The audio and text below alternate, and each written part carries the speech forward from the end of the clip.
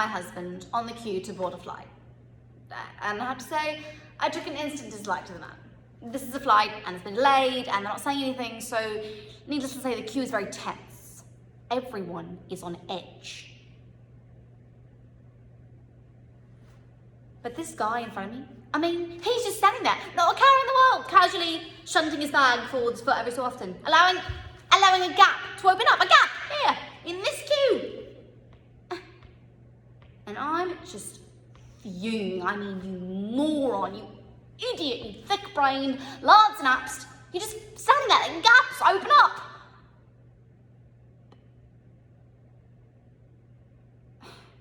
And then these models. I mean, they must have been models. They were gorgeous, these girls. They go right up to your face, and the brunette goes, "Hi there, how are you? Can we talk to you for a bit?" What, you wanna stand here and talk to me? Wheels clunk in place into his skull like he knows no words. Yeah, is that okay? Well, of course. Brilliant, just brilliant. But I do get to sleep with one of you, right? I get to sleep with you? Hold on, hold up. That is what's going on here, because otherwise there's really no point in letting you cut in front of all these good people who've been patiently waiting over the last hour and 15 minutes to board this plane and want to get in it every bit as much as you do, is there?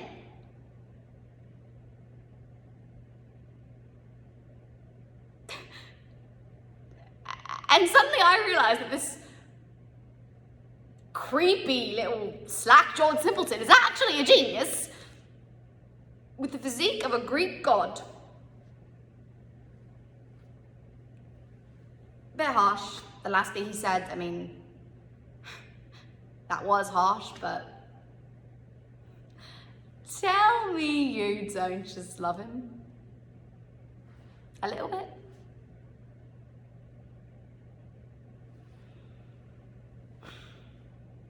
In our society, working women often face a dilemma.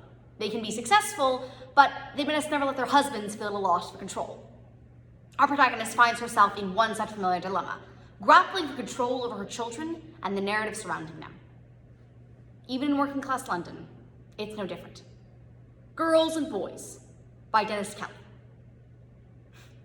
He loved my job, by the way, loved it. Was always going back to his friends, like, look at my perfect family, look at my partner, look what she does, look at us, look at us. Daddy? Daddy, what are you doing? You've broken into a million pieces. Why would you do that? Oh. Leanne? Leanne, stop crying, please. No, because Leanne worked really hard on that in her pottery class. She spent nearly a week making that dinosaur and you... What? Oh, I thought it was a dinosaur. She spent nearly a week making that chicken and... Stop laughing. Stop it. Apologise to your sister. There was this colleague of mine, and we found ourselves starting up a company. I know, me and crazy colleague, but the crazy thing is that the doing of it wasn't actually that difficult. We just rolled with it. And you know what? I was good at it. I was really, really good at it. All right. Here's what we're gonna do. We're gonna play for 10 minutes. No, not 20 minutes. We're gonna play for 10 minutes because Mummy is very tired. No, I'm not always tired. Don't say that. I'm tired now. So we're gonna play for 10 minutes. Stop shouting, please.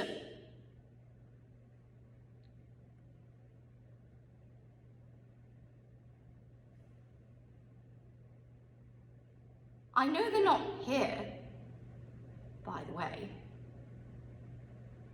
My children, I mean, it's not like I actually think they're here. No, I know they're not here. No, I know they're not here. I know they're dead.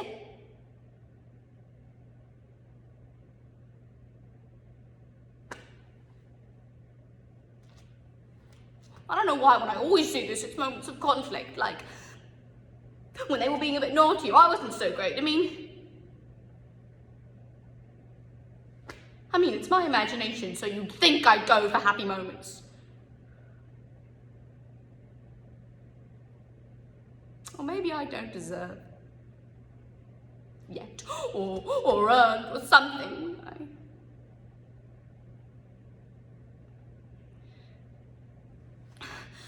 My husband's company folded. I'd just not been there for him. I'd been wrapped up in me, my career, chasing... What? But I cancelled everything, got in the car, went to 3 different pubs, and eventually I found him, standing at the bar, surrounded by his lads, the boys. But the surprise on his face when he turns around and sees me, his wife. He didn't expect that. But I went right up, I threw my arms around him and I held him. I just held him. And he leaned down and he whispered, so no one but us could hear,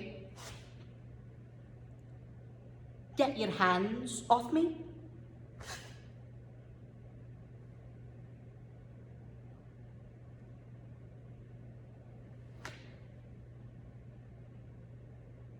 And that's when I knew. That's when I knew. That's when I had a moment of clarity. That's when I knew he was having an affair. I didn't say anything. Not for a good 5 or 6 weeks. I need to get my head straight. Form a plan.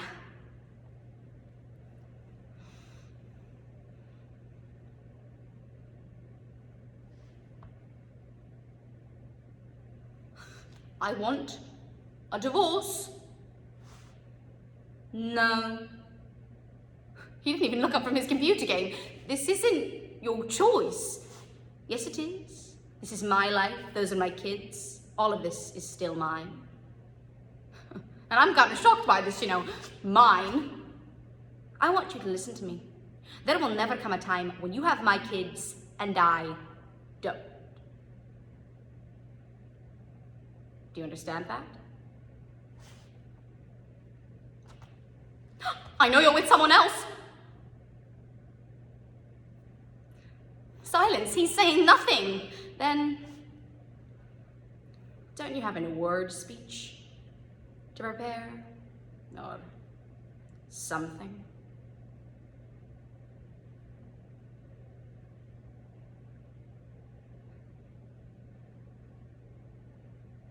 And that's when I really, finally, actually get it. Because the thing is, you can understand having an affair. As much as it hurts like agony, you can actually understand it. But this, what? Jealousy of me, the fear that I might outshine, the need to be better, to be better than me.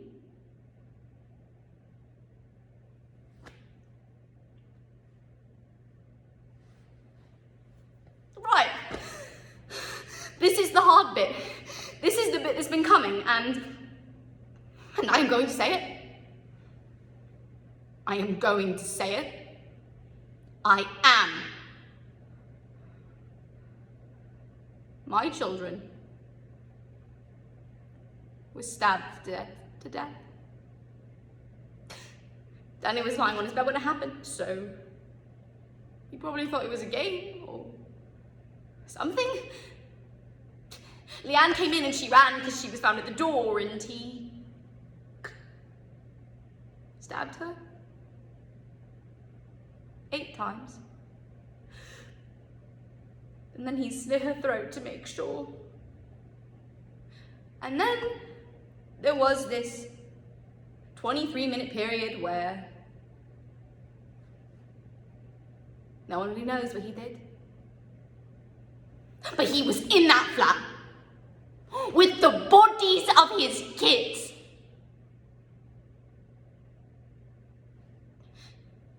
It's called family annihilation.